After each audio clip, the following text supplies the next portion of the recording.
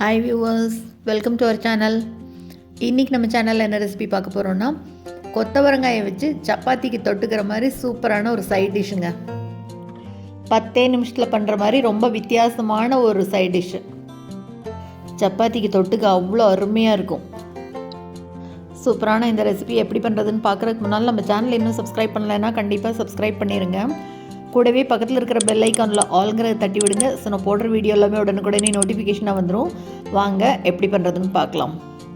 கொத்தவரங்காய் எடுத்து நல்லா வாஷ் பண்ணிவிட்டு காம்பெல்லாம் கிள்ளிட்டு பாருங்கள், இந்த மாதிரி பெருசு பெருசாக கட் பண்ணி எடுத்து வச்சுருக்கேன். மிக்சியில் அரைக்கிற மாதிரி இருக்கணும். ரொம்ப பொடி பொடியாகவும் கட் பண்ணிக்க வேண்டாம், அப்படி விட வேண்டாம். இந்த மாதிரி 1-2 கட் பண்ணிவிட்டு இப்போ இது கூட காரத்துக்கு பச்சை மிளகாய் சேர்த்துக்கிறேன். 4 மிளகாய் சேர்த்துக்கிறேன். நீங்கள் பார்த்து சேர்த்துக்கோங்க. இதை 1-2 முதல் ஒரு தடவை கொரகொரப்பாக அரைச்சிக்கலாம். தண்ணி எதுவும் சேர்த்தாமல் அரைச்சிட்டு இப்போ இது கூட கொஞ்சமாக துருவின தேங்காய் சேர்த்துக்கலாம். இப்போ இந்த 3ஐயும் மறுபடியும் நல்லா இன்னொரு தடவை திருப்பிக்கலாம். தண்ணி சேர்த்தலை, அதே மாதிரி கொரகொரப்பாக தான் அரைச்சிருக்கேன். இப்போ இதுக்கு தாளிச்சுக்கலாம். ஒரு வாணலியில் எண்ணெய் சேர்த்துக்கலாம். நல்லெண்ணெய் தான் சேர்த்துறேன். எண்ணெய் நல்லா சூடான உடனே இப்போ இது கூட கடுகு சேர்த்துக்கலாம். கடுகு பொரியட்டும். கடுகு பொரியும் போதே இப்போ இது கூட 1/2 டீஸ்பூன் அளவு சீரகம் சேர்த்துக்கலாம். ரெண்டும் நல்லா பொரியட்டும். பொரியல் மாதிரி பண்ணுறதுக்கு இந்த வாட்டி வித்தியாசமாக இந்த மாதிரி பண்ணி பாருங்கள், நல்லாயிருக்கும். பொரியல் பண்ணால் சப்பாத்திக்கு தொட்டுக்க முடியாது, சாதத்தோடு தான் சாப்பிட முடியும். இந்த மாதிரி பண்ணி சப்பாத்திக்கு தொட்டுக்கு சாப்பிட அருமையாக இருக்கும். கடுகு சீரகம் பொரிஞ்ச உடனே இப்போ அரைச்சதை சேர்த்துக்கலாம். இது கூட ரொம்ப நைஸாலாம் அரைச்சிட வேண்டாம். சும்மா அப்படியே 1-2 ஓட்டினா போதும். தண்ணி சேர்த்தாம தான் ஓட்டணும். இது ஃபுல்லாகவே இப்போ அடுப்பை சிம்மில் வச்சு தாங்க பண்ணணும்.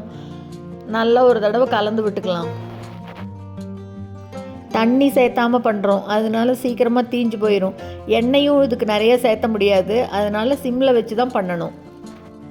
இப்போ இதுக்கு தேவையான அளவு உப்பு சேர்த்துக்கலாம். கூடவே கொஞ்சமாக மஞ்சள் தூள் சேர்த்துக்கலாம்.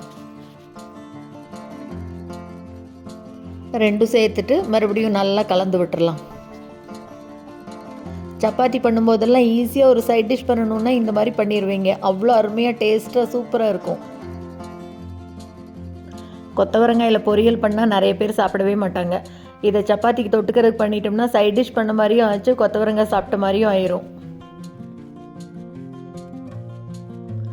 இப்போ நல்லா 2 நிமிஷம் வதக்கி விட்டதுக்கப்புறமா மூடி வச்சிடலாம். மூடி வச்சு அடுப்பை சிம்லேயே வச்சு ஒரு 10 நிமிஷத்துக்கு அப்படியே விட்டுறலாம். நடுவில் ஒரு தடவை எடுத்து கலந்து விட்டுட்டு மூடி வச்சிடலாம். மறுபடியும் 10 நிமிஷம் அப்படியே வேகணும்.